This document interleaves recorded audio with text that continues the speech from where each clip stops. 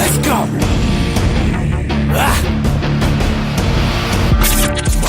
You're listening to the Cage Nation TV Prizefight Podcast.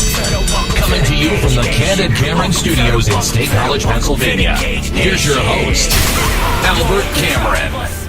Thank you for joining us, fight fans. Today is Friday. That means the Prizefight Podcast here at CageNationTV.com and at SoundCloud.com. Also on Friday means the Friday Five, which to this week, we counted down 5 Olympians who competed in mixed martial arts. It's a good one. You'll want to check it out. First and foremost on the Prizefight Podcast this week, we want to congratulate Melissa Gazdick and her significant other on but announcing that they are with child. That is absolutely fantastic. From all of us here at Cage Nation TV and CageNationTV.com, we wish that child of Melissa Gazdick knows nothing but happiness and health for all of its days. Speaking of Melissa Gazdick, who is a Gladiators of the Cage veteran, Gladiators of the Cage is tomorrow night, ladies and gentlemen, and you need to get your tickets right now. The full card has been announced. Vincent Meng will be taking on Chris Powell. Justin Joseph will be taking on Andros Santos. Sean White versus Cameron Chisholm. Jonas Rubiano versus Edward Massey. Dan the Bionic Fist of Justice Kikuta still taking on Isaac Steele. Joseph Angelo versus Elijah Gobiel. Brandon Soku Sailor will be taking on Corey Alexander. It has been announced, ladies and gentlemen, Brett Showtime Schoenfeld, all of the issues behind him, will still be taking on the Atomic Eric Attard at Gladiators of the Cage 20 at Stage AE. Lewis the Beast Rumsey will be taking on Robert Morrow in the co-main event, Joseph Holt versus Justin Edwards for a title. In our main event, Joey the Hitman Holt versus Justin Fast Eddie Edwards. Ladies and gentlemen, that is a huge main event. You don't want to miss it. Next week, we'll be counting down the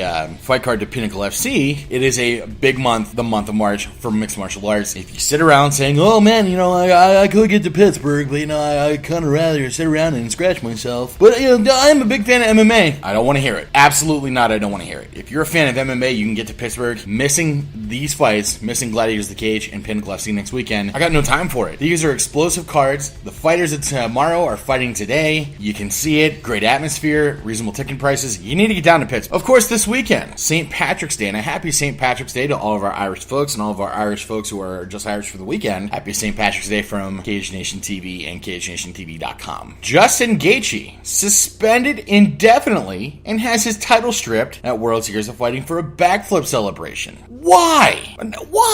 Rousimar Paul Harris brought into WSOF with a terrible reputation. Paul Harris comes into WSOF, knows that he holds on to submissions too long, knows that he has some serious unsportsmanlike conduct attached to his name. Gaethje does a backflip off of the cage, which, if anyone gets hurt, it's just going to be Gaethje. If he gets dropped on his own head, who's going to get hurt other than Gaethje? We have seen the backflip celebration. Charles Crazy Horse Bennett, King of the Cage and Pride FC veteran, does it all the time.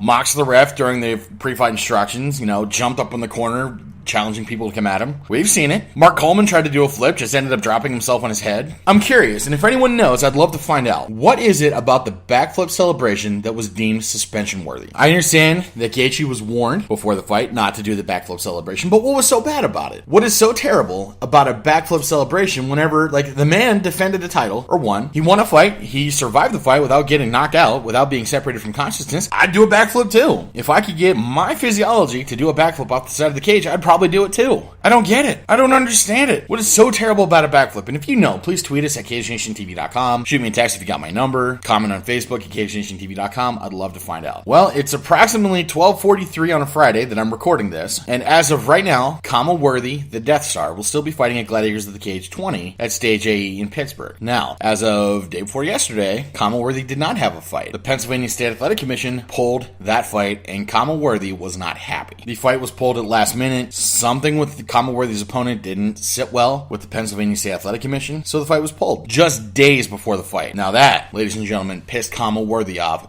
big time. Worthy was extremely unhappy with the Pennsylvania State Athletic Commission. Of course, the UFC, Brian Stan, a lot of people weren't happy with the Pennsylvania State Athletic Commission. I maintain the stance that the Pennsylvania State Athletic Commission is there for fighter safety. Is it possible that people are taking too many liberties in the commission, making things unnecessarily difficult? Well, that depends on perspective. My perspective is I'm still thrilled as a pig in mud that MMA is allowed to be sanctioned and promoted within the Keystone State, but I can certainly appreciate other people's perspective. I can appreciate that fighters feel like they're being hassled, that things are a little too stringent. Speaking of the Pennsylvania State Athletic Commission and something that has nothing to do with Common Worthy, a petition is being circulated right now. Right now, you can go to change.org and you can find it that a petition is circulating that Gregory Serb, the executive director of the Pennsylvania State Athletic Commission, they want him out. They want him out big time. They, and by they I mean unnamed masses, people who have abilities to create online petitions. Someone in the world of the interwebs wants Gregory Serb gone. And as of last night, I think last time I checked it was around midnight, 43 comments about how people feel, how awful the man is. I have never run into an issue with the guy, but I don't fight. I haven't had to try to cut weight. I haven't tried to get my medicals, my everything situated before executive director Serb. I don't know what it's like to deal with a man on a professional level. I know that he's very particular about how a fight is to be run, and that's not necessarily a bad thing. You want to make sure that fighting surfaces are clean, that are ready to be competed on. You want to make sure that fighter safety is at the utmost. Outside of that, I can't comment on what it's like to try to compete and get licensed by the guy. I don't know. I know that I was watching Rocky Balboa, the one before Creed, and Rocky is appealing to the Pennsylvania State Athletic Commission. He's like, hey, yo, I want to fight, I want to fight. And they're like, well, Mr. Balboa, after that rousing speech, okay. That's not how it happens. That's not how it happens at all. The Rocky story is set in Philadelphia. Philadelphia is certainly under the jurisdiction of the Pennsylvania State Athletic Commission. Rocky comes into the actual Pennsylvania State Athletic Commission, hey, yo, I want to fight, it's only right to do, I've been training hard, I'm working for something,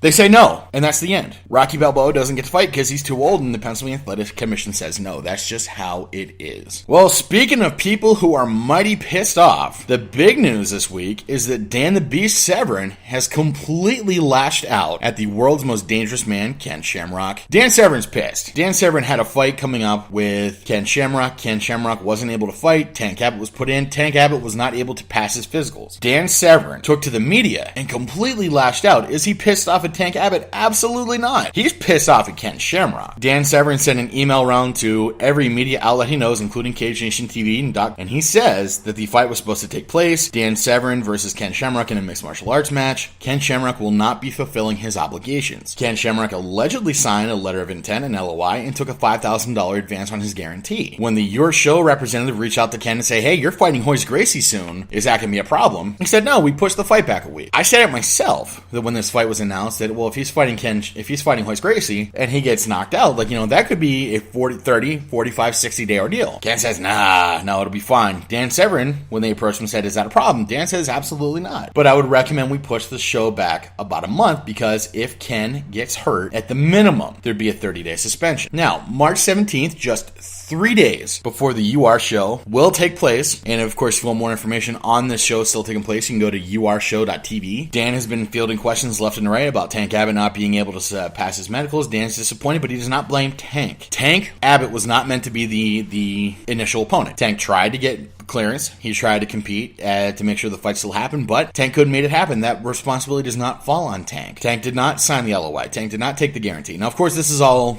Dan Severn's side of the story. I know Dan Severn to be a man of honor. I know Dan Severn to be a man who is very forthcoming, but in the sake of fairness and the sake of the media, we have to say that Ken Shamrock has not had a chance to reply, so this is all Dan Severn's side of the spectrum. Whenever we talked to Dan Severn a couple years ago, he said, I'm enjoying retirement. I would come back for 3 fights. He said I'd fight Hoist Gracie, I'd fight Mark the Hammer Coleman, and I'd come back for Ken Shamrock. So all the pieces aligned. Dan Severn was going to get another crack at Ken Shamrock, and he took the fight. Dan Severn has been very, very graceful in retirement. He has nothing really to prove. He's been a trainer, he's been doing seminars, he's been doing interviews with schmucks like Cage Nation TV, and it's been great. He doesn't need to fight. The opportunity came along to fight Ken Shamrock, and he took it because those were one of his 3 fights that he would take. Dan Severn, being again a man of honor, a man of his word, said, I'll do it. Ken Shamrock gets TKO'd by Hoist Gracie via knee in the groin. Shamrock is disputing the decision, feels that the foul wasn't seen, that there was a fault with the judge. All of this being said, did Shamrock know in enough advance he was going to be fighting Dan Severn? Was he so confident in skill that he knew he could get through a fight with Hoist Gracie?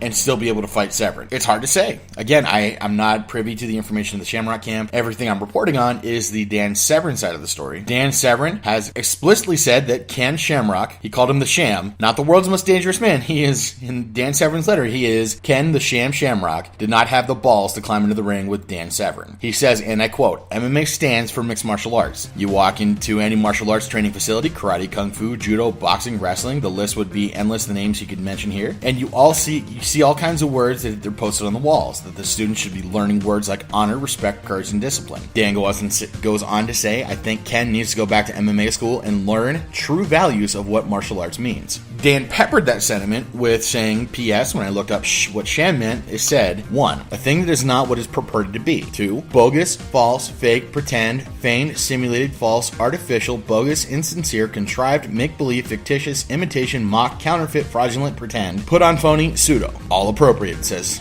Dan Severn. So let's say, Dan Severn, he says he's still going to weigh in. He's still going to show that he, at 58 years old, he was in the shape to compete, that he is not medically altered, he is not chemically altered. He's still going to get in there, he's going to weigh in, he's going to judge a grappling match, but Dan Severn is absolutely pissed off at Ken Shamrock. We're going to be reaching out to Ken Shamrock to give him an opportunity to dispute the accusations against him. I'd like to think that one of my favorite fighters of all time, being Ken Shamrock, wouldn't intently steal a $5,000 guarantee and had no intention of honoring a letter of intent, but we're going to give him the opportunity to talk. This weekend, ladies and gentlemen, Gladiators of the Cage 20, it's Stage AE in Pittsburgh. We're going to be going down there. Tickets are still available. If you have the ability to get to Pittsburgh and you are an MMA fan, whether you've seen Gladiators of the Cage or not, you need to get down there. Pinnacle FC is the very next weekend. If you can get to Pittsburgh and you say you're a fan of MMA and you don't go, I got no time for it. Great regional fights at your area, at your disposal. Guys who have fought in the Pittsburgh area are now in the Ultimate Fighting Championship. Cody No Love Garbrandt, Chris Dempsey, Adam Milstead. The list will continue to grow. It's going to be a big weekend. I'm Albert Cameron. That's my time. Thank you guys very much for listening to the Prizefight podcast. Make sure you keep your eyes peeled this weekend for our coverage of Gladiators of the Cage 20 from Stage AE in Pittsburgh this weekend. Until next time, ladies and gentlemen, fights, Cameron, action.